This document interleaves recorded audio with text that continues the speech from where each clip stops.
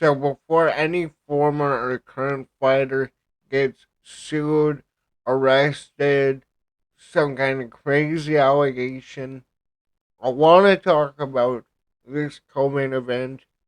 My last video I talked about the main event, Dracus versus Hamza, the fight by itself.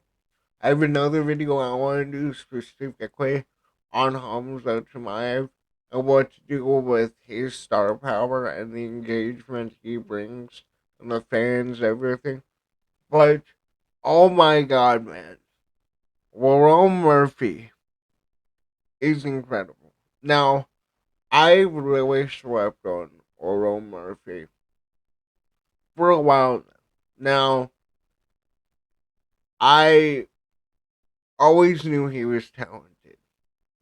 I always knew he had power in his hands. But to go out there, and obviously we know, his nickname, the Miracle, what he went through, which we'll talk about later. Again, I feel more comfortable talking about some subjects later in the video because YouTube's, Autobots that monitor videos now. I don't know, it's a whole other rank by itself.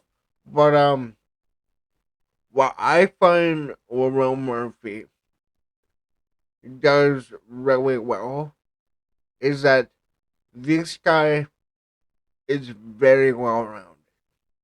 And typically for a guy who has that kind of power, oh, excuse me, who has that the knowledge on the feat that he does, you rarely see this. 8 wins by knockout, 9 by decision. And when you look through his entire career, right, his amateur bouts went undefeated, 3 by finish, 1 submission, 2 knockouts. Then he debuts in 2016, unanimous decision, first round knockout, first round knockout, first round knockout, first round knockout, unanimous decision. You get the point, guy's a beast. Then he gets his opportunity to fight in the UFC, has a split draw against Zubaira uh, Tuk- Tukugov. Yeah. But then after that, first on KO over Ricardo Ramos, beats Douglas Silva de Andrade, um, KOs this guy, Gabriel Santos, he beats Josh Colball. Then he fights Edson Barboza, beats Edson Barboza, gets fight of the night for it, goes in against Danny Gay, beats Danny Gay. Danny Gay is basically the baseline for being ranked in featherweight. And I mean that with the utmost respect. This is an insane division. But yeah, he beat Danny Gay at UFC 308. And then in his fight before this, he fought Josh Emmett. Josh Emmett did not look anywhere near what Josh Emmett once was. And it was a very lackluster fight, but he won it. And then moving into this fight, right? Aaron Pico coming in, who 13-5 now. Biggest thing is he's 28, really young. He debuted in 2017, so he's only what 8 years in his career. He lost his first fight by guillotine, but after that, went on a terror. First round knockout. What that? What's that? 4 first round TKOs in a row. Gets knocked out by Henry Corrales. Then gets knocked out by Adam Boric. Right after that, went back on a tear. Second round TKO. First round rear naked choke. Overhand right against John De Jesus in the second round. Submits Aiden Lee. Justin Gonzalez. You get the point. He lost to Jimmy Kennedy because of a shoulder injury, but this guy he's a nightmare man, and he is now clone nightmare in Bellator. But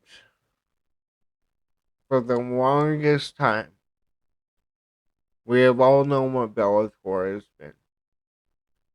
Bellator was always the retirement league for a lot of UFC legends, and the talent they had was nowhere near the level that UFC champions, UFC contenders are. There we go. And man, this guy is nuclear. This is one. This is one of the scariest knockouts I've ever seen. And again, it was just this. Pico looked amazing with that spinning elbow, which was right after protest. Um,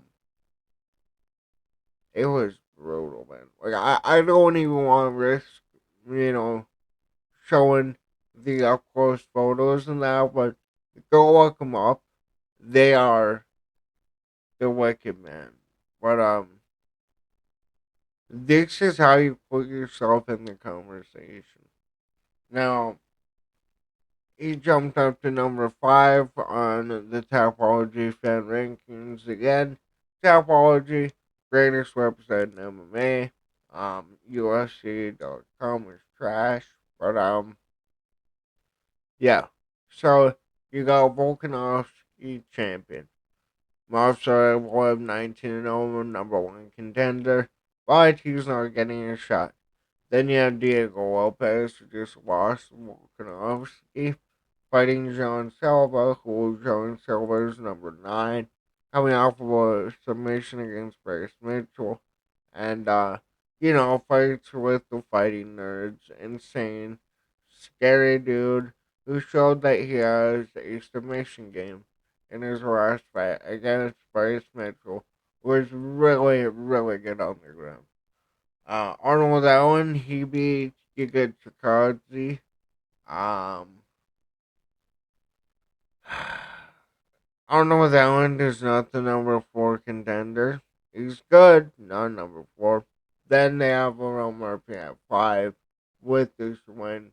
I would have him over Arnold Allen. We know that Yair Rodriguez is getting a title shot for no fucking reason. But yeah, Brian Ortega fighting Sterling later this month. Aljamain Sterling right there, former bantamweight champion. Lost most of that boy.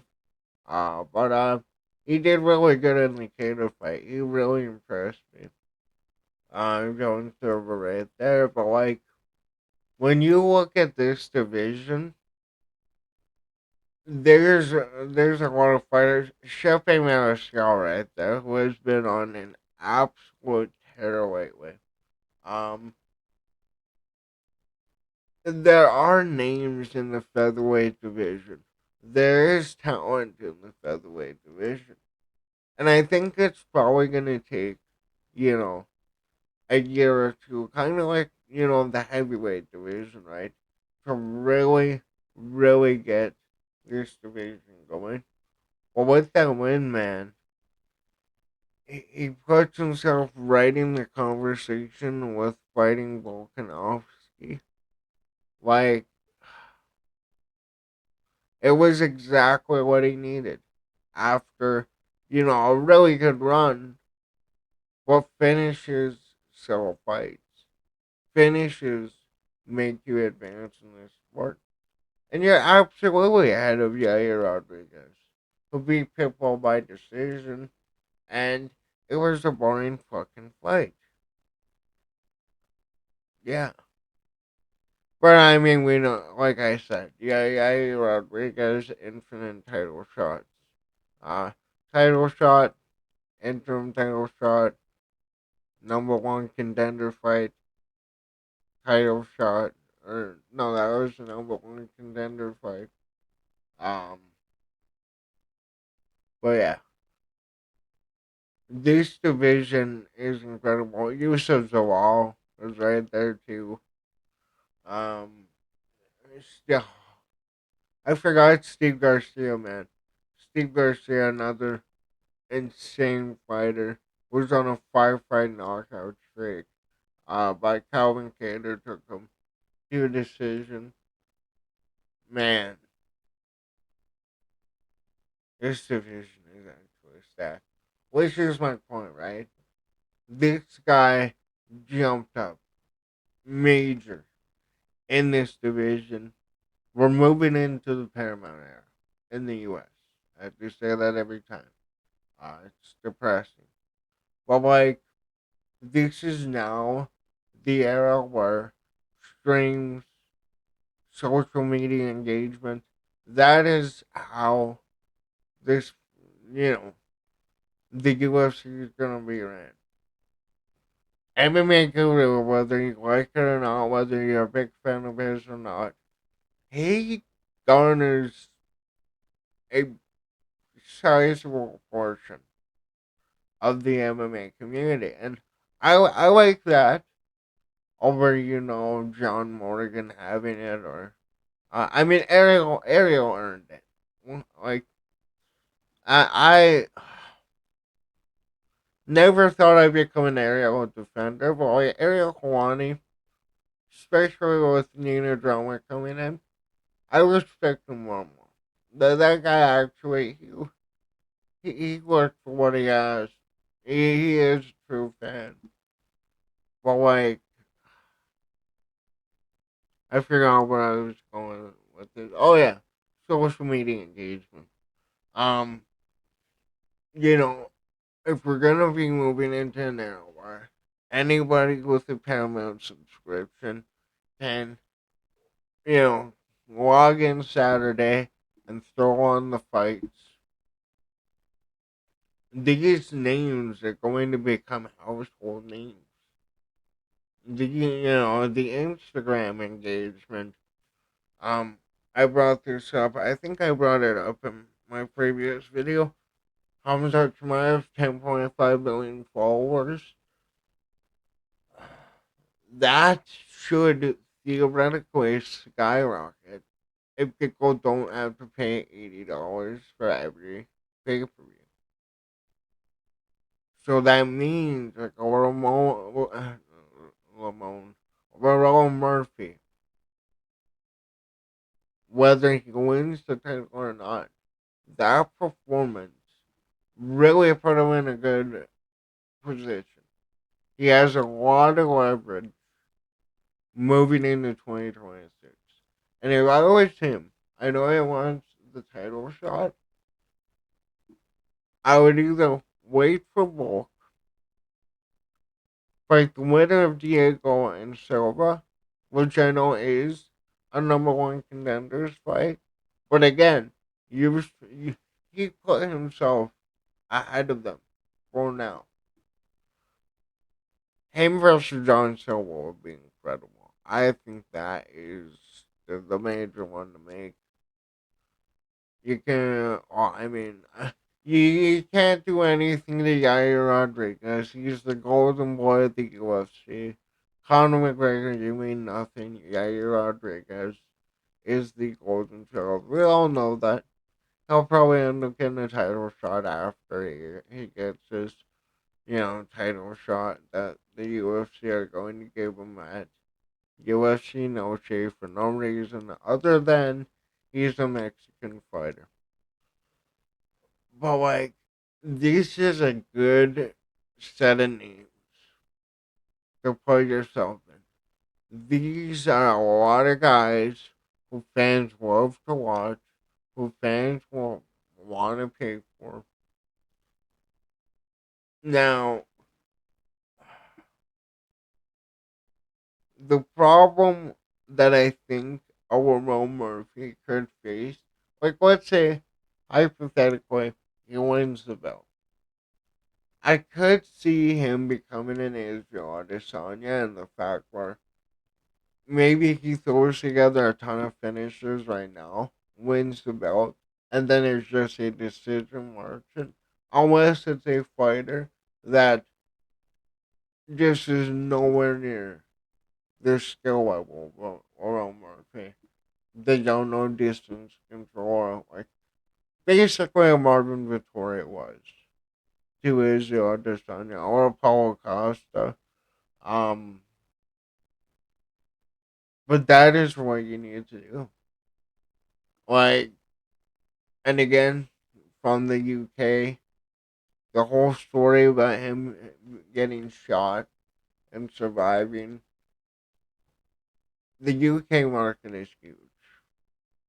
Again, the biggest I hate that word. I really hate that word. The biggest MMA YouTuber. Yeah, the biggest MMA YouTubers are like Weasel. He just has the greatest breakdown channel. Period. Um, I don't think anybody can talk.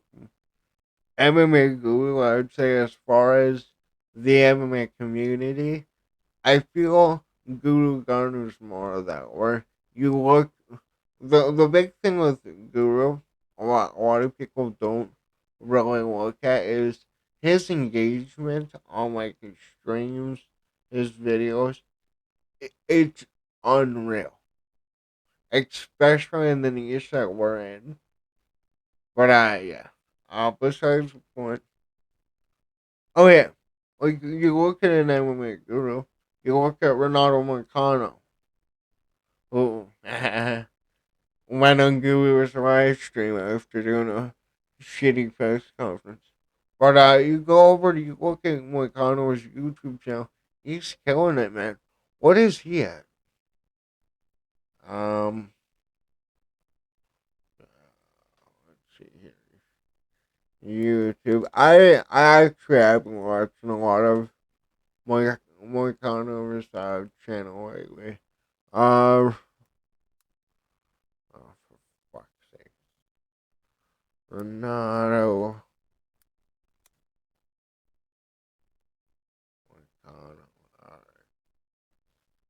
How I knew I was subscribed. I subscribed a long time ago. But I'm bringing up Moicano's YouTube channel right, Lord. Moicano is what the number 10 ranked contender. He just lost the video debut, but he's a big name in the UFC. The UFC pay him a lot of money, and on top of that, he has 160K subs, and he does really good views, man. 60K, 55K, 114K, 52K. Like, that is really good viewership. This is what I would do if I was Lerone Murphy. Does he even have a page? I honestly don't know. I really do not know if he has. Uh,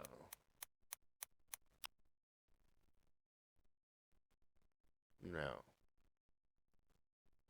At least I can't find it.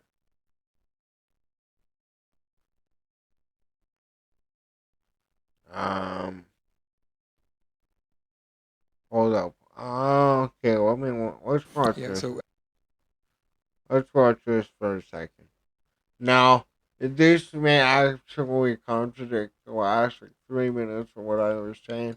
I haven't watched much of the post-fight speeches from last night. Um, I honestly kind of just fell asleep immediately. Um, but yeah, let's play this. at Media Day, we talked about, you might have missed some opportunities because you didn't talk enough. You didn't, go out there like enough. Is it more satisfying that now you got the champ calling you out? Is it more satisfying that he did it in the most violent way possible? Exactly that. I let my fighting do the talk. I let my elbows do the talking. Yeah, and the champ's calling me out now because he knows that I should be next in line. I deserve it more than anybody else. Nobody's had 5 wins in the top 15 there. I've had two main event slots, and that was a great knockout. So I deserve it more. Let's go, vote. Yeah, you always get a big pop when you fight in the UK. That was insane. When you got that knockout, huge pop and everything. How satisfying was that? Oh, that was great. That was like one of the best moments of my career, if not the best moment. Co-main event, vicious KO over a quality opponent. I couldn't be much happier. And maybe we hold off on opening that school of trash talk. What's that? Sorry. Maybe we hold off on opening Lerone Murphy's school of trash talk. Nah, I'll always be me. I'll always stick to me. Don't get me wrong. If people give it me, I'll give it them back. Yeah. So immediately. Start a channel, my guy. Start a channel. Lerone Murphy, dude, you better be making a YouTube channel, man. You better be recording your first video this week. After that performance, again, I pulled up my counter, right? 280K on YouTube. He's making whatever he's making off of monetization on top of his fight pay, which increases because of how many followers he has on YouTube and Instagram and all these things. 100%. After that win, make a YouTube channel, my guy. All you gotta do is just sit in front of the camera, like, talk about what happened, when you got shot or whatever crazy other life stories you've had. But I really like where this division is heading. I really do. Now, I really hope that Volk either I really hope Volk either has one more title defense and then moves up. I don't want to see the. Uh, I either want to see him do one more title defense and then a super fight, or uh, John Silva will be a big fight. I just don't want to see Volk get hurt, man. Um, well, yeah, he's number 5 here. If he starts a YouTube channel after that vicious of a knockout over a guy, Aaron Pico, who we've been talking about coming to the UFC for quite some time. Again, win or lose, look at Ronaldo Moicano. You can turn that big knockout and at least, I'm assuming, Moicano probably, like if I had to guess, he's probably pulling at least 6 figures on AdSense at the minimum, on top of deals or whatever he has. But yeah, start a YouTube channel, Lerone Murphy, but that was an incredible win. That is a statement win. That is a win that will make Lerone Murphy a name and one of the most stacked divisions currently. And I can see him winning the belt. But I think whether he does or not, this guy is going to make a shit ton of money on pay per view. I'm calling that right now. Well, let me know. What did you think about this brutal performance? Also, too, I hope that Aaron Pico recovers as well. And I want to see Pico rebound. I really like what he did in that fight, but man, Murphy has the potential to become a megastar. Again, it's just I know not everybody is able to follow like my thought process, like what makes a guy a big star, what makes him a draw. 100%. That does. Let me know what did you think about the co-main event down below? What do you think is next for Lerone Murphy? What would you do with Aaron Pico too? Because I want to stress this, man. He was doing really good. He was doing really good before the elbow. But that's what I got. I don't know if I'll make any more. videos like this. Probably make a few shorts. But then tomorrow I want to talk about the Carlos Prates Jeff Neal fight. But let me know what you have to say down below. I love each and every one of you.